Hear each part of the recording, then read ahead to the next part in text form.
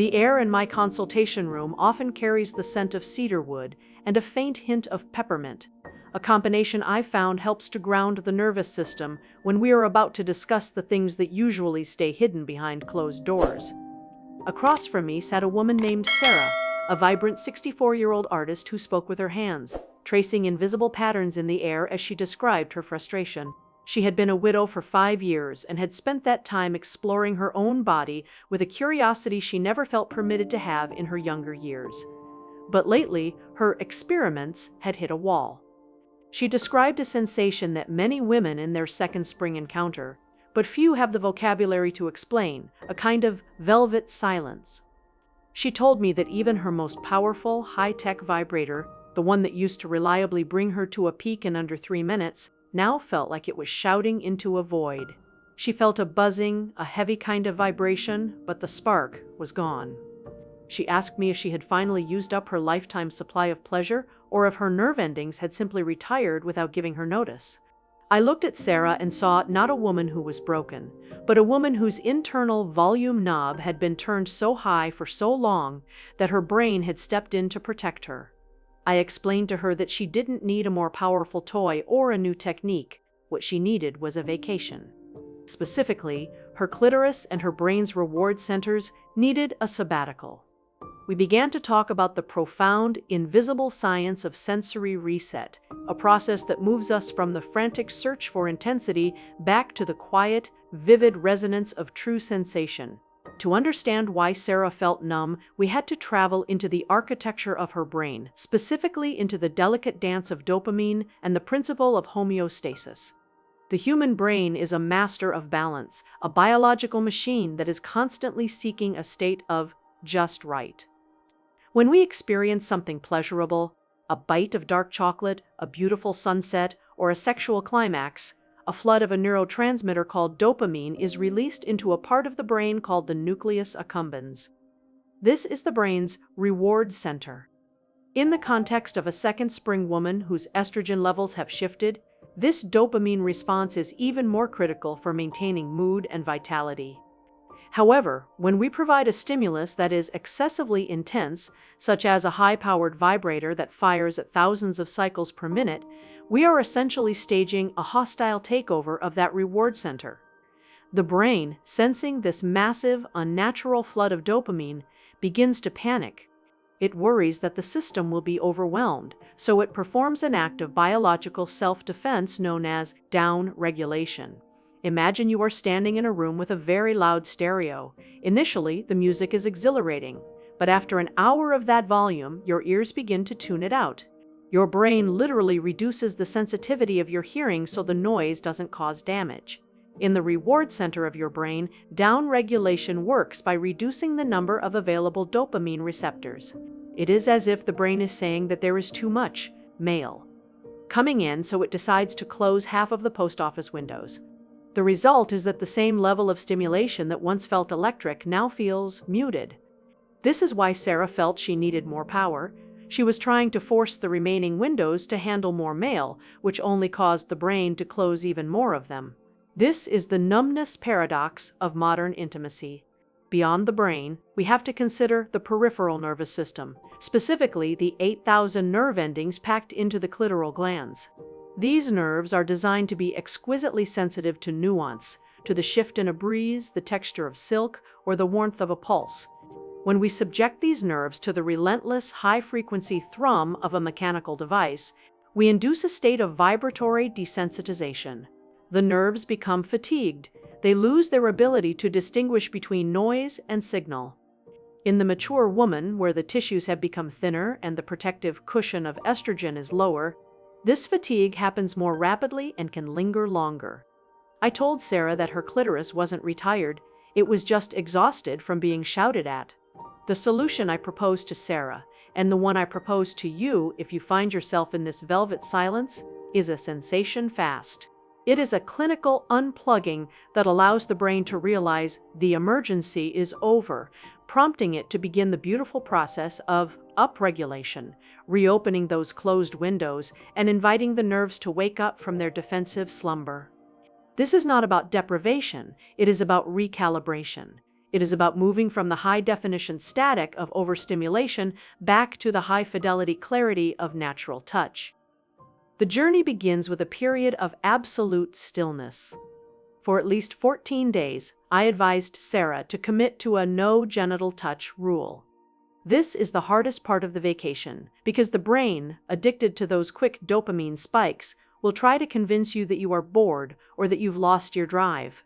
But during these first few days, something miraculous is happening in the dark folds of your gray matter. As the dopamine levels drop back to a natural baseline, the brain realizes it has too many empty windows at the post office. It begins to manufacture new receptors. It starts to upregulate. Slowly, the internal volume knob is being reset to its factory settings. During this first week of the vacation, the focus shifts to what I call sensory priming.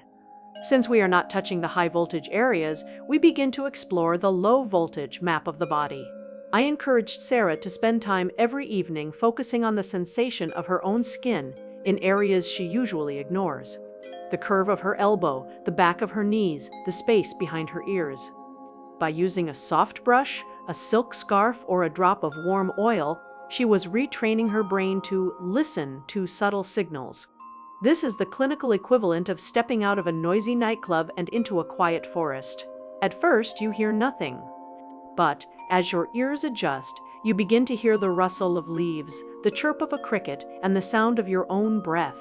You are teaching your brain that subtlety is where the truth lives. As we moved into the second week of Sarah's vacation, we discussed the gaze and breath technique. Without any physical contact, I asked her to simply spend time observing her own body in a mirror, breathing deeply into her abdomen. This might seem far removed from the goal of an orgasm, but it is actually a vital part of the neurological reset. Deep, diaphragmatic breathing stimulates the vagus nerve, which tells the brain that the body is in a state of parasympathetic safety.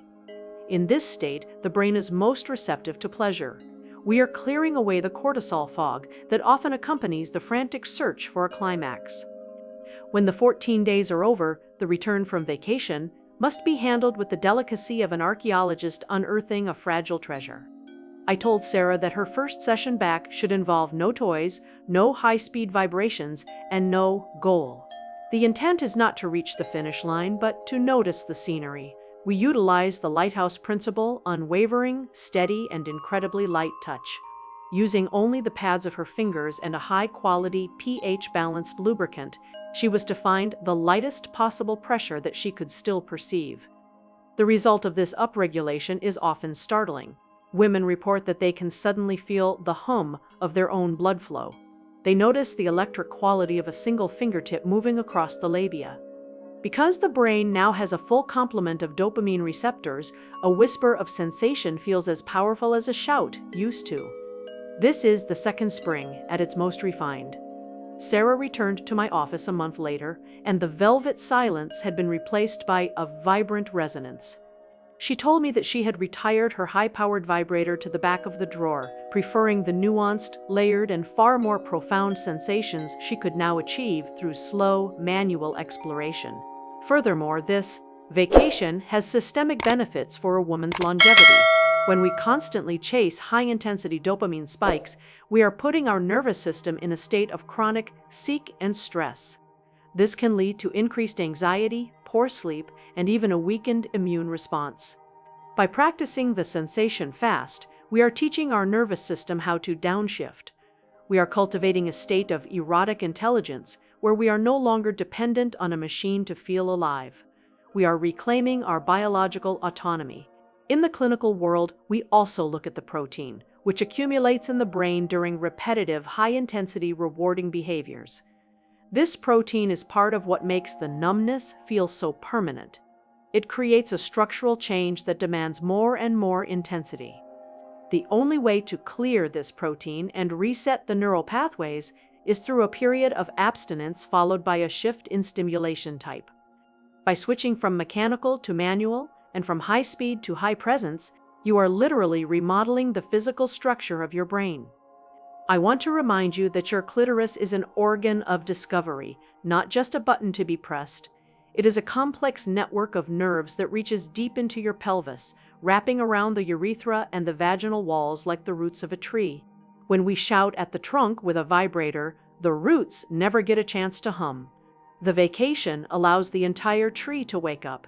It allows the blended sensations of the second spring, where the brain, the heart, and the body are all in conversation, to flourish.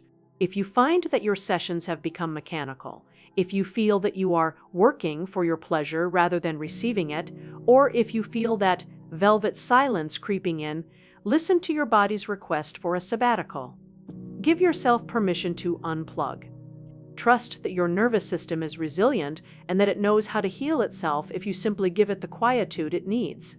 You are not losing it, you are just preparing for a more beautiful, more resonant bloom. As you navigate this journey, remember that the most powerful tool you possess is your own awareness. The vacation is a way of clearing the static so you can hear the melody of your own vitality once again.